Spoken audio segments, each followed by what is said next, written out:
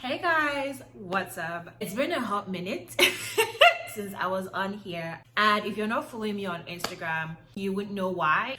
I just thought that I would pop on here and explain why I've been AWOL. I moved to the US for school, so I'm currently living and studying in the US. I am studying for my master's in business administration, doing my MBA in the US. And so me being AWOL is tied to the fact that I haven't been able to fully find my balance between school and all the other things that I need to do. And it's a lot. So before I came here, there was this notion back home that, oh, going to school in the US is easy. If you did well in Nigeria, you're going to do well in the US. But I think that is very false, and it depends largely on the country where you're going. So people who might be going to other countries might be able to say that, but if you're schooling in the US, it would hit you very quickly that that is a very, very false notion, because the academic system here is very different. For example, 70 here is a C. You get assignments and quizzes literally every single day. So it's not like back home where you only get assignments maybe like once a week, or no, here you're getting assignments and quizzes every single day or almost every single week. I can't think of a week that has gone by since I've been schooling here that I haven't had assignments or quizzes that come up to 3 or 4. You have midterms exams, and then you have final exams, and then it's just insane. And so for me, I just really struggled with finding my balance. I haven't still fully found that balance, but I have a plan that I'm going to be working with. That's pretty much why I really struggled, is that I just did not find my balance as I should have quickly. So yeah, that's the update as to what's going on with me. Am I back on YouTube? Yes, I've decided, you know what, I'm just going to figure it out.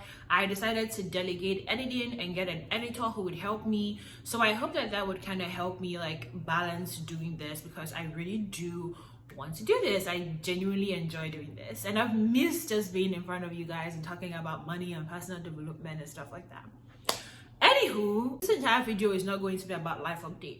As you can tell from the title, I'm going to be covering or answering certain questions that I was asked on Instagram regarding school applications, regarding getting admission to schools in the US and things like that. So I'll be answering these questions because I know that the people who do want to go to school in the US, but they don't know where to start, how to start. And so I'm just going to be answering some of the questions that was asked. If you're not on my Instagram handle, this is the reason why you are missing, because I answered these questions before and I'm just answering them again with more detail here on YouTube. Before I continue the video, there are 2 things you need to know. The first is that on this channel, I do not talk about school admissions or F1 visa interviews and things like that. I really don't.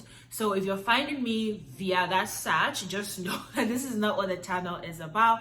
The channel is about personal development, personal finance.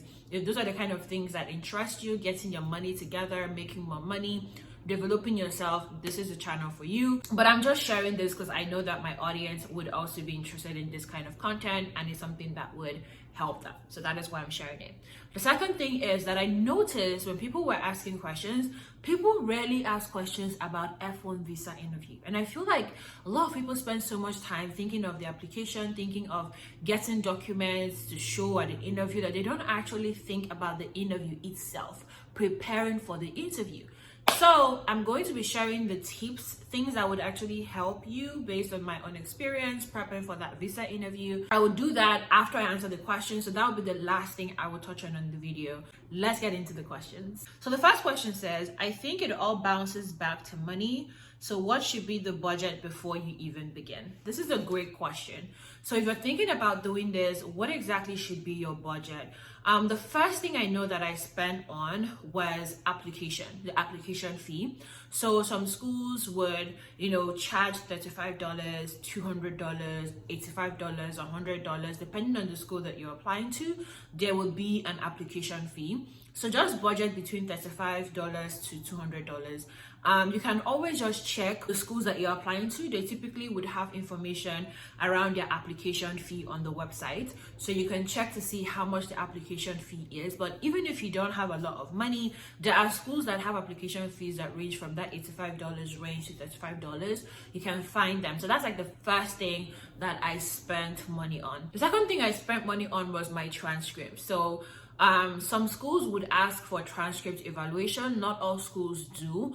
So this is something you also want to check on the website of the school. Are they asking you to, get your transcript evaluated by an evaluation agency? Like we have platforms like WES. So WES is a company that evaluates transcripts. They're actually the ones that I trust the most. They're the ones who did mine. And so you'd have to pay them to do that for you, and the fee can come all the way up to like $160 something, depending. There's that expense, and then also paying your school to send your transcripts to the university where you're trying to apply to.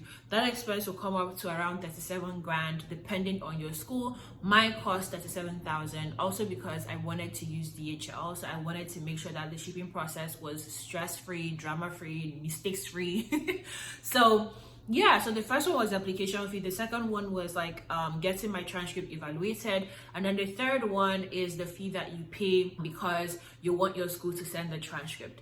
So these are like the main things that you actually paid. I also had to get an international passport. I think this was actually before I even started applying to schools, or I think it was after I started applying to schools. I had to go and get an international passport. I paid 45,000 to get an international passport. Yes, I did not have an international passport at the time. I never traveled outside that country. You cannot shame me for it, okay? It took about 6 weeks for me to get mine. It was actually took a bit longer because I think that was during the pandemic, and I had to wait into the next year. So it didn't take 6 weeks. It took way longer for me to get mine because it was during the pandemic. I don't know if that situation is different now. I think like if this is something you're intending to do, that's like one of the first things you should do. Like yesterday is go and get your international passport.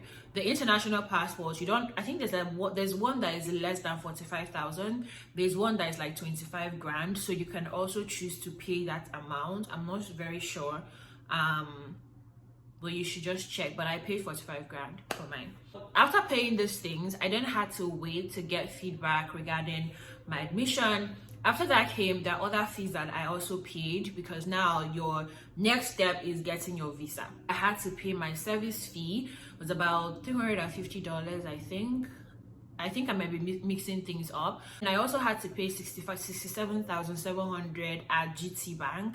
So I had to pay that as well. Service fee $350, $67,700 to GT Bank. I'm thinking if I had to pay anything else. But I think, that was pretty much what I had to pay towards my interview, because without the $67,700 one and the service fee, you're not going to get an interview. Nothing is going to move forward. You need to pay those things. So thinking about it, that's pretty much it. Most of what I paid for. I might be forgetting some things, but that's what I spent. The next question says, I started accounting in school. Can I switch courses if I want to study abroad? The answer is yes. Okay, yes. I studied sociology and anthropology in school. I'm doing MBA. So whatever it is that you're studying in school, there are courses that would be more than glad to have you come on and do your master's in that particular program. You just need to make sure that you do your research. Ask the school that you're applying to, make those inquiries before you start your application process. Of course, you cannot go from doing accounting to doing a master's in medicine.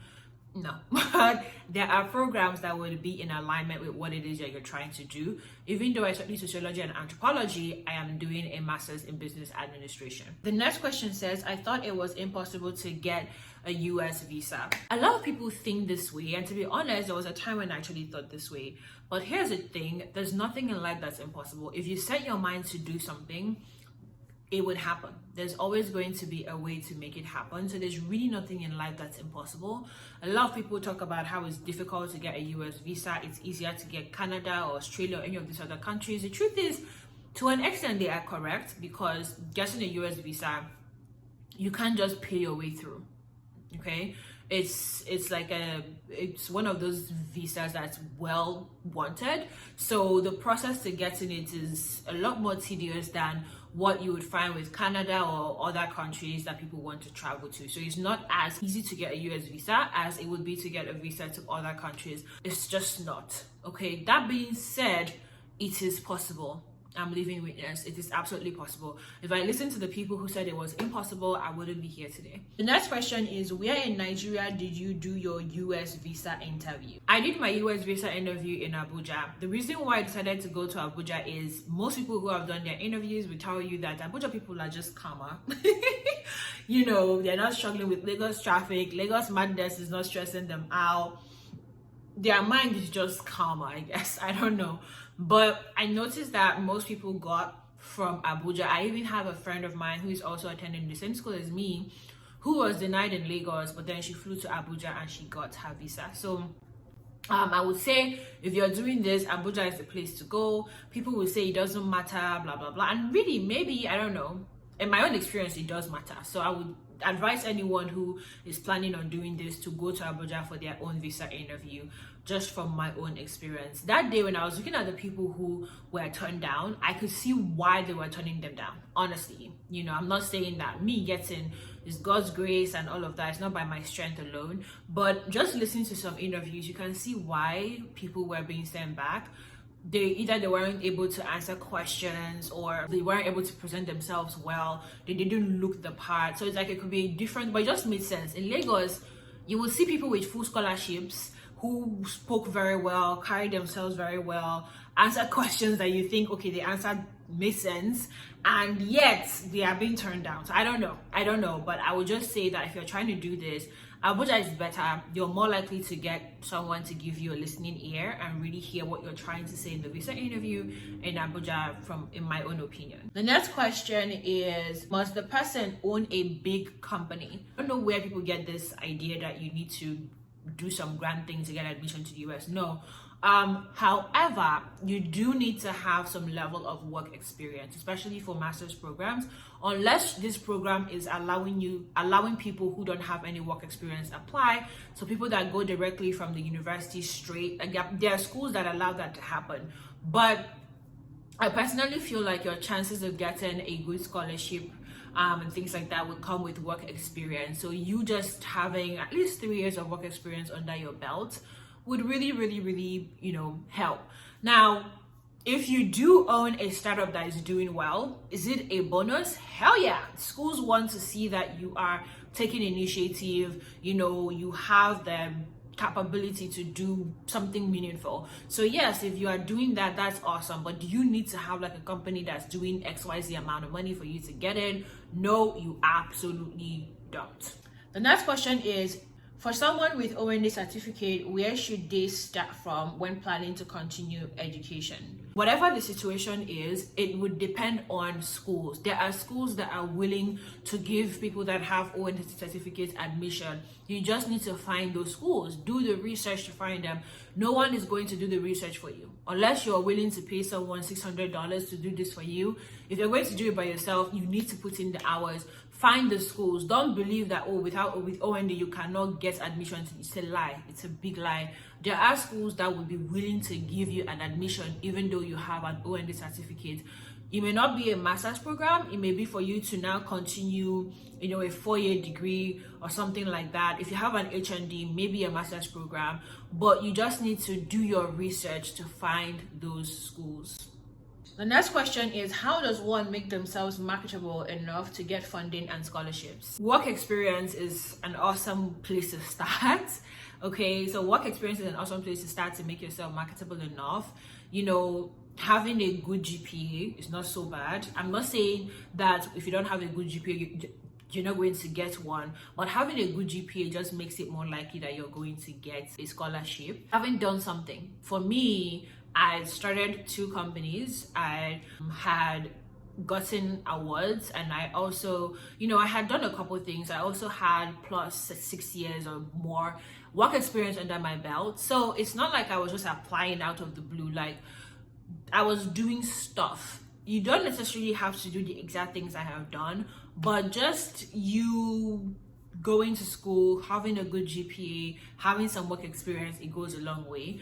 I've worked some people through the admission process, and there are people that have gotten admission even without having like a lot of certifications, having any awards, having an online presence, they still got admission. So it really has little to nothing to do with with like, oh, you have XYZ certificates, you have 5 certificates, you have 5 awards. No, just having some level of work experience, having a good GPA, it goes a long way to just package you very well. So you don't necessarily have to have done something so extraordinary for you to get scholarships. Again, though, that depends on the school. If you're applying to schools like Harvard, Yale, all these other schools, then yeah, maybe to an extent, you doing some extraordinary things will go a long way. But people don't understand that schools have levels, okay? So you don't necessarily have to go to an Ivy League. If you don't have the qualifications for Ivies, that's fine. There are other schools that if you present yourself like, oh, I have this work experience, I have the skills, I do this, I had this GPA, you're still going to get pretty good scholarship.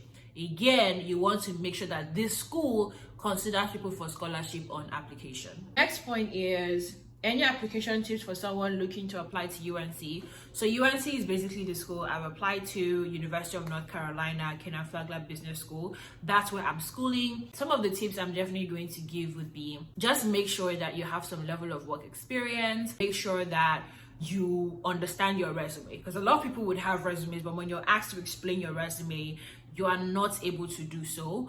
Prep for your interview. UNC does go through the entire process so that when you're sitting in front of whoever is going to interview you, you're able to speak and answer the questions that you're being asked. So do prep, do the research online and get ready. Your essay, take it seriously. Make sure that you're putting together an essay that sounds like you are able to write, you know what you're doing, your thought process is solid. Try to apply with like the first round. That way you are considered for more scholarship if they want to give you scholarship. Another thing I would say is when it comes to the interview, you also want to have something called a star story. So you want to show them situations where you were either faced with a challenge or where you've dealt with something and you are able to thrive, you are able to overcome, or how you are able to navigate situations. So during your interview, give examples of situations where what you're saying was applied, or situations where you were holding, a job position on your resume, and examples of what you did and how that helped the company. So those are like very, very important things that you definitely want to indicate during the interview. Finally, scholarship schemes. I'm just going to give a list of scholarships I considered applying to. I just want you guys to know that some of these schools have already partnered with these people, these companies, these programs to give scholarships. So for example, with my school, I am currently a Ford Fellow, and the reason why I'm a Ford Fellow is that Ford is the one who's sponsoring my scholarship, and my school partnered with Ford. So my school already partners with Ford to give scholarships. So you don't particularly need to apply to these schemes one by one. But then again, if you want to, you can go ahead and do so. You just never know, because if you apply to multiple ones, you might end up getting multiple sources of coins. You never know. You can check scholarships and a financial aid funding on the website of the schools, and you would see the different companies, the different institutions, the different NGOs that the schools are partnering with to give financial aid or scholarships if it's a school that's offering scholarships. But here are just some of the scholarship programs that I wrote down and I considered applying to when I was thinking about my application. You want to check them out, check out when they're opening, check out what the requirements are, and if you find that you're a good fit, you can proceed to like apply for the different scholarships. So there you have it, guys. That will bring me to the end of this phase of the video. I promised that I was going to talk about F1 visa interview tips, and I'm just going to say, when it comes to the F1 visa interview, some of the things that I did to help were I practiced like crazy, guys. I practiced and I know that people would tell you this interview only lasts 2 minutes, but it's insane what could happen in 2 minutes. And so you want to practice different possible interview questions. And it's very important that you watch videos to help. Now, the only channel I personally would recommend is Algo Visa, ALGO Visa on YouTube. Just search them, and they have so many videos to help you out if you are looking to apply for F1 visa interview. Those guys are really, really good. I binged their videos, guys. I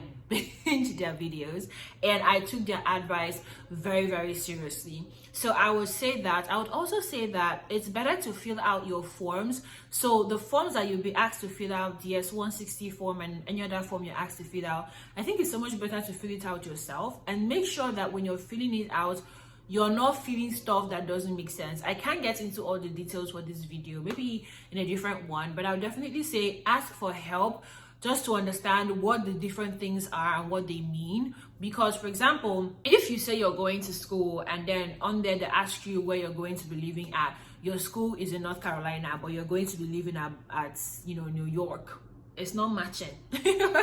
It's not matching. So you just have to be very, very careful with what you're feeling in. It doesn't mean that if you come to the US you cannot travel and visit people. You can travel and visit friends who live in other states, but they want to make sure that when you come here you're not going to stay here and then choose not to go back. Get some help, but try to do it yourself, because then you would be able to answer the questions when you're asked on that day. I would also say look presentable. I remember seeing so many people show up looking very rough and dirty.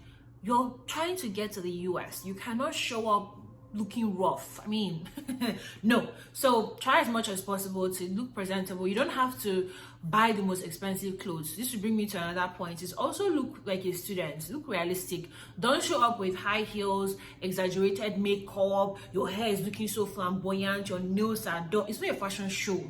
It's not. Trim your nails. See. Trim it. If you wear long, trim it, okay? Look presentable. Look like someone who is actually going to school. I know that yes, you are going to school, but you can't be in Nigeria. You can look that way. You can, look fly and you're a student at school, but that's not the way they look at students here. So you don't want to show up with your Christmas clothes. You're wearing this flamboyant gown, you're dressed, and say you're going to school. You don't look like you're going to school. So you want to look like you're a student. Doesn't mean that you should show up with polo and trouser, but also, people will say wear suits. I also think that could very quickly work against you, because you are a student. Why are you wearing suits? Okay, like you can do relaxed formal, relaxed casual. Don't overdress. Don't try to dress like a banker. Don't overdo it. Show up, look like a student. A friend of mine went with sneakers, jeans, and a kente top. That's what she wore. So you don't have to overdress. Just look like a student. Show up, give it your best. It will surprise you what happens when you just look really clean and when you look really put together. When you're there, come with your documents. Come with the documents. Just make sure that you check your file, that you have everything that you absolutely need, just in case they ask you, so that you don't come off as an unserious person. So these are just some of the tips I would share. Don't go there and be talking to everybody, laughing, gisting. This is not the place, guys. This is not the place. Because they are watching you. They are watching everything that you're doing. You want to look composed, look put together from start to finish. Okay? Now, when you actually stand in front of the lady who is interviewing you, smile and greet. Hi, ma'am. Good morning. There's something about that. It just makes you come off like you're confident. Don't be like, good morning. Your face is strong.